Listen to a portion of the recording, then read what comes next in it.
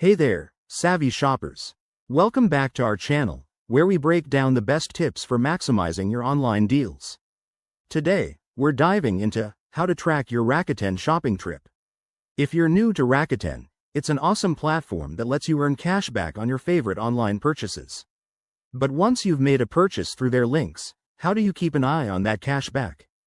Don't worry, I've got you covered with a simple, step-by-step guide. First things first, make sure you're logged into your Rakuten account. Head over to the Rakuten website or open their app on your phone. If you don't have an account yet, signing up is quick and free. Just use your email and set a password. Once you're in, look for the dashboard.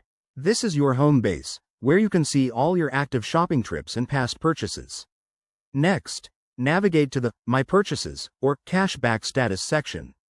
Here, you'll find a list of your recent shopping trips. Each one will show details like the store you shopped at, the amount you spent, and the estimated cashback you'll earn.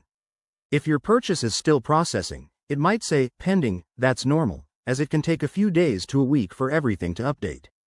To track a specific trip in more detail, click on the individual purchase. You'll see options to view your order confirmation or even contact Rakuten support if something looks off. Pro tip: always shop through the Rakuten portal to ensure your trips are tracked accurately.